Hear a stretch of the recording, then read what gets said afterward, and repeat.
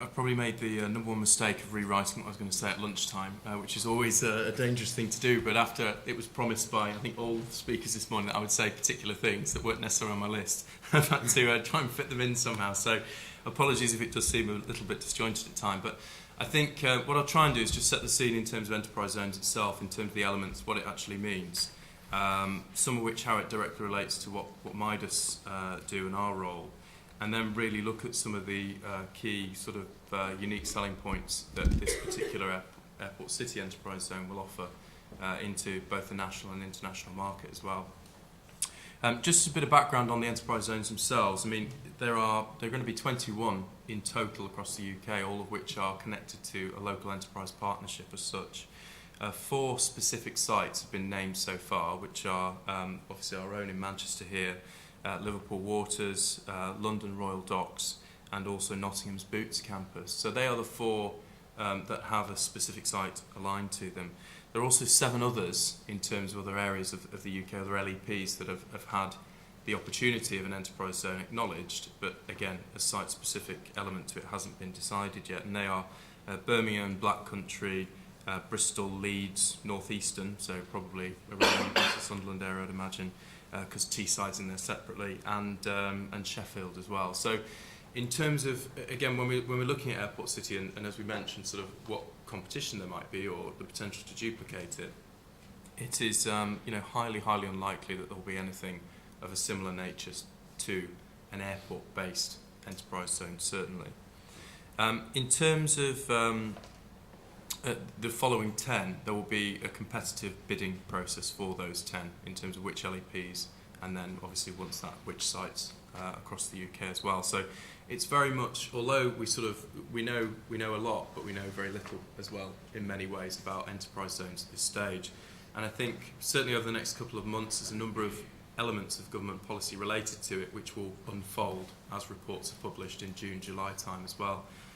Not just both at a local level in terms of the work that John and his team are doing to identify the boundaries, etc., of our specific airport city, but also the government policy which relates to that. I mean, where enterprise zones come from here, it's all about the growth agenda. Everything about it is about the growth agenda. This is not about displacing business from elsewhere in the UK. So the emphasis is absolutely, as I said before, on creating new growth, new companies and new jobs. And that's very much how we as Midas are dealing with it in terms of what we're seeking to do. So the last thing we want to do is displacing companies from Stockport or Bolton or other parts of Greater Manchester, North West, the North of England even, that are just doing the same thing in a new building in Airport City.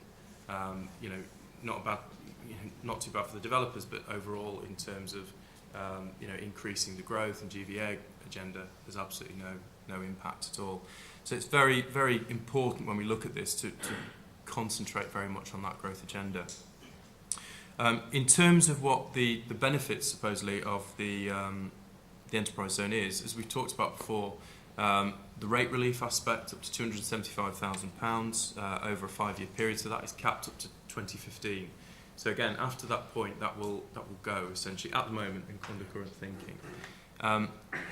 We mentioned before about Canary Wharf and the fact that it's the first 10 years, the enterprise zone years almost were okay, but then it was the next 20 years where we really saw growth. And I think with a lot of these projects as well, that there has to be that catalyst initially to actually get it off the ground. And it may be that this phase, the first 5 to 10 year phase, is a gradual phase, but then this is a much longer term project. And certainly in terms of the benefits to local authorities, they very much receive that rate growth up to for 25 years basically. So this is very much a long-term project in terms of the capabilities of the local authorities within Greater Manchester to benefit and then reinvest that money as well. There is the superfast broadband element. I suppose just to cap off on that rate relief side of things as well. I mean, for major international companies looking at this, £275,000 over 5 years is not going to be a massive incentive. I think we have to sort of lay that on the table right now. They're not all going to sort of that's not a wow factor basically. We need to. It's going to very much be the other elements that provide that wow factor. But that type of rate relief may well be beneficial for smaller companies, certainly. The one good thing it does do is from a marketing perspective, because people always like to think that there's some kind of incentivisation, particularly firms from the US, which are always quite, there's a very much a cultural aspect within the US of incentivisation, subsidy, etc. So one of the first questions they ask is, what are you going to give us to come here? So the very fact that there is something, even if it's, as I say, in commercial terms not particularly significant, does really help just to catch people's attention. And if they're asking the question, they're inquiring, and it's something we can follow up, so it's beneficial. We talked about infrastructure before. We're lucky, and again, this is one of the benefits in terms of splitting both the benefits of an enterprise zone, but then the benefits that Airport City already has, and amalgamating them together and making something that's very much greater than the sum of its parts.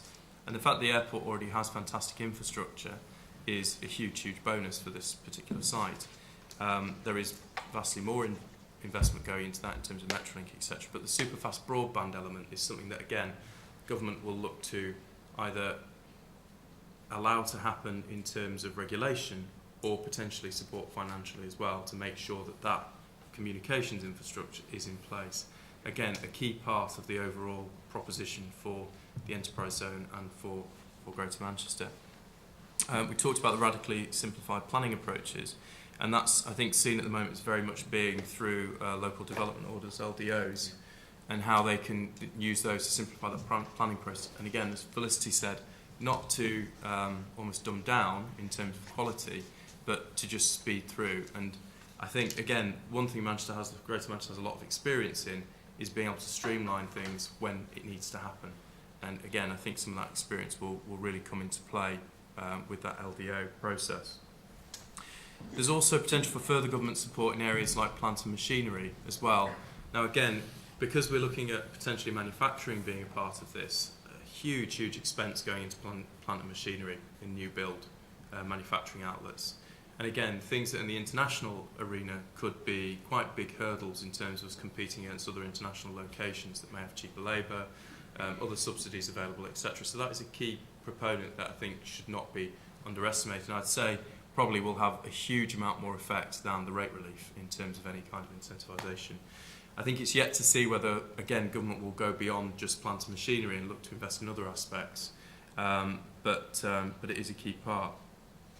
Tax incremental financing as well, that was mentioned before, can also be a ploy to help out on the financing of some of these developments. And I think the other thing to mention there that Airport City can gain from in terms of its geographical positioning with Regional Growth Fund is on the skills agenda and the training agenda, which again, it still has the ability to attract that kind of training grant budget for companies that have a high training aspect to what they do. And again, in terms of what we're aiming for in terms of research and development, high-end, high-value, advanced manufacturing, etc., that will be an attractive part of both upskilling Greater Manchester's workforce, but also providing companies with an assistance which will benefit their business in terms of productivity. And then finally, I suppose last but not least, is support from UK trade and investment, and that's really where Midas will fit into this process. Just recently, with the dissolvement of our regional development agencies, inward investment has been taken back to a national level from a regional level. So we have a national contract that was recently put in place, PA Consulting have won it, and Midas are, on behalf of the Greater Manchester LEP, essentially delivering that inward investment service for national government at Greater Manchester level.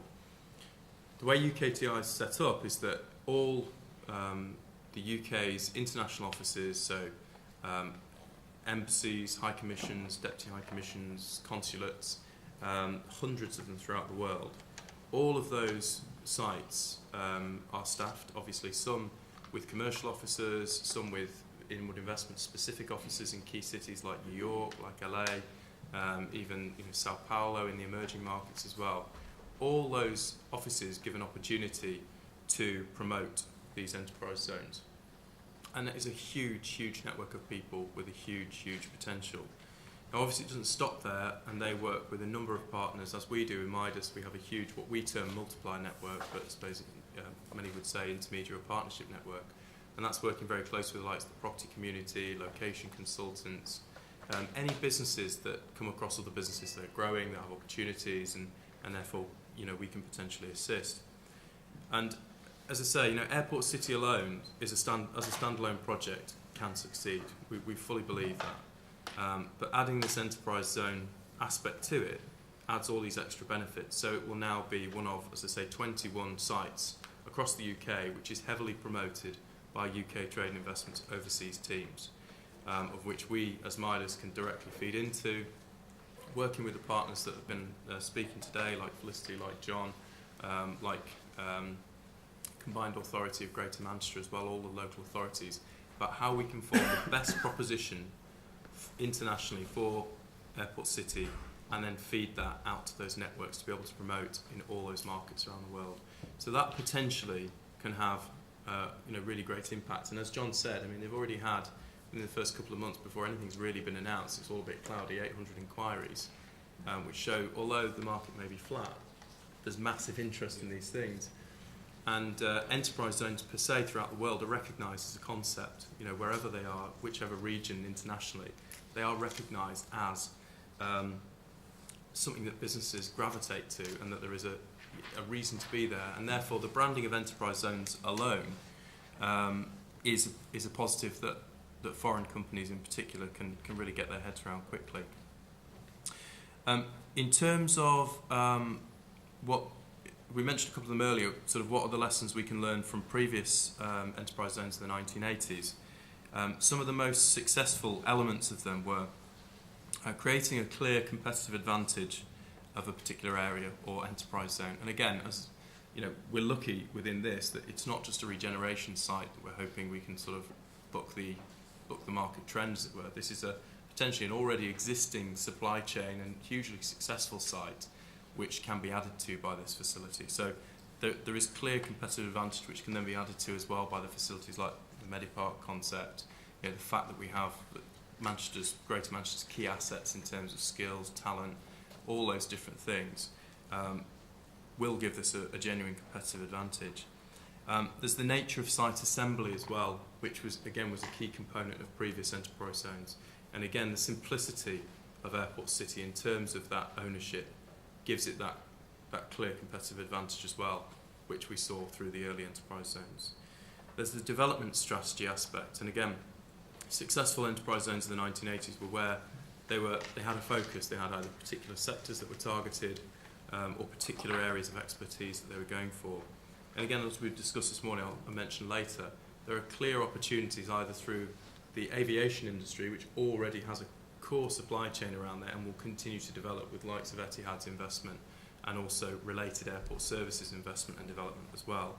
But then also we have potentially the life sciences agenda, where we could potentially create a proposition for a globally significant Medipark here as well, which is very, very strong.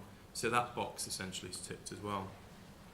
There's also promotion and marketing. Those, again, that had a single agency approach did particularly well. And again, because it's Greater Manchester, we're collectively behind this because it's a let-back scheme. We also have agencies in place working very closely with the airport like ourselves, and then working through UKTI. So there's very much a sort of funnel effect that should also create that success as well. And then the final point, and probably, definitely by no means the least, probably the most important part of it, is the employment and skills support which goes into making that site successful. As Felicity quite rightly said, the talent war is one of the biggest battles that we'll fight through this. And the more that we can put into making sure that those skills are internationally competitive and making the most productive businesses possible, will actually make this a success as well. If we have lots of companies coming here and the facilities are incredibly unproductive, then obviously it's not going to have longevity. If they are some of the best, most productive plants in the world, then it will have a massive, massive legacy. And that's what we have to make sure, that the public sector is backing the skills agenda with the private sector, so that creates that long-term success. Just in terms of going on to the macro elements, and I was talking to, I won't sort of claim credit for all of this, I spoke to Michael Luger, the Dean of Manchester Business School, Director of Manchester Business School recently, who had quite a lot of previous experience with at North Carolina University, where again they have one or two academics who specialise in airport cities, but also enterprise zones as well. And there was a number of different models that he discussed. And interestingly, there's sort of macro factors as well as the specifics that we can talk about, which can make both enterprise zones and airport cities successful. Some of the airport cities that you mentioned in the US, for example, like Dallas, like Atlanta, when we talk about, well, if we go for specific sectors or very aviation-related industries, that's surely the key. Actually, in airports like Atlanta and Dallas, it was just the fact there was a really, a great mass of available development land available, which drew large headquartered companies who had been searching for reasonably priced land that was genuinely available and had connectivity to it. So, we shouldn't forget some of the simple aspects as well as the more complex sort of propositions that exist as well. And the fact that we've just got a 150-acre site here, which is under single ownership with planning availability, is a massive, massive asset, even without the airport being sat on the doorstep. So, we shouldn't lose sight of some of the simple aspects at the same time. The other side to some of the case studies that he had, as well, with both enterprise zones and airport cities, was then on that more specific approach and that more detailed approach. At the moment within Midas we have sort of towards about 200 live projects. So they're not inquiries, they are they've gone well beyond that. A project has been identified, there's job numbers attached to it, there's scales of buildings, etc. So they are fully fledged. All the parameters are there to make them actual projects. Now, out of that, around 23% of those are financial business services, about 20% advanced manufacturing. So obviously, as we've talked about, relevance to the airport. 17% ICT, 17% digital media. So with projects like Media City as well, very prevalent, and then 10% biomedical. Now, some of the reason for that is where we can put emphasis and where we can create extra, marketing collateral as well, in terms of actually going out to market and really building up a proposition. And although Manchester has a very strong proposition in bio at the moment, particularly in the translational medicine aspect, in terms of taking medical devices or products from research and development stage right through to trial stage, because obviously we have 3.2 million people on the doorstep. A number of them are, unfortunately, not in the healthiest of states, so they are actually there to have some of these products and services tested and trialled with them. Then it's actually the capability to manufacture here as well, and then the access to markets. Manchester is ranked 8th in Europe for its access to international markets, which is incredible as a non-capital city. And again, the airport is a vital cog within that machine.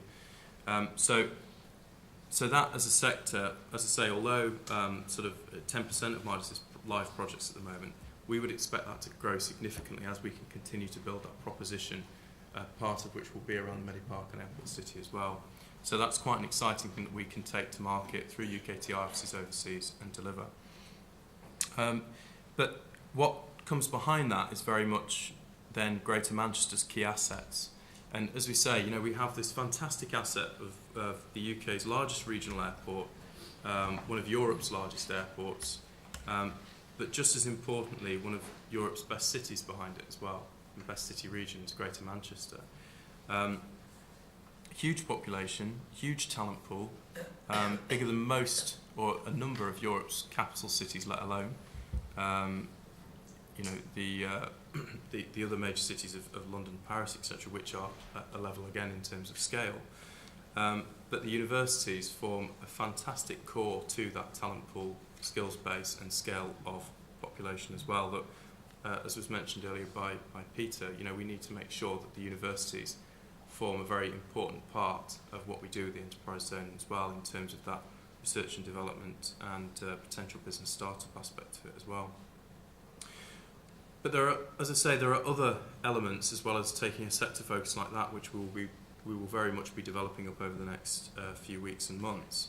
And as I say, there are some very simple facts as well in global HQ functions as well, particularly in the emerging markets, China, India, where there is still high growth. We need to be able to capitalise on where those companies don't have European headquarters yet, where they are still looking to expand here, And indeed, there are UK firms as well that are still experiencing high growth as well. And there always are in the recession some people who do very well through it. And we need to make sure that in this time where other areas of the country are stagnant and can't build and can't finance building, that we capitalise and take that investment of growth and bring it into Greater Manchester and potentially into the enterprise zone itself. But likewise, these key markets, as I say, like China, India, Brazil, etc., we need to make sure that that proposition is very much out there and very much understood in terms of what it can deliver. But those HQ functions are vital, and as I say, particularly in the US terms, something that they've had great experience of taking full advantage of at both enterprise zones and airport cities. The others are people and companies that have high propensity to fly. And again, there's ways and means, and we're working with the airport at the moment to look at how we actually analyse those companies who have very, very high propensity to fly internationally. So they are obvious candidates, again, that maybe don't exist in the UK at the moment or are looking at high growth in the UK that would naturally look to site at an airport as well in terms of being able to achieve that from an ease of operation point of view. So, as I say, because of the growth agenda, we're looking at very much high growth industries, high growth markets, and that is hopefully where we'll capture the most impact for what we do. Thank you. Thank you.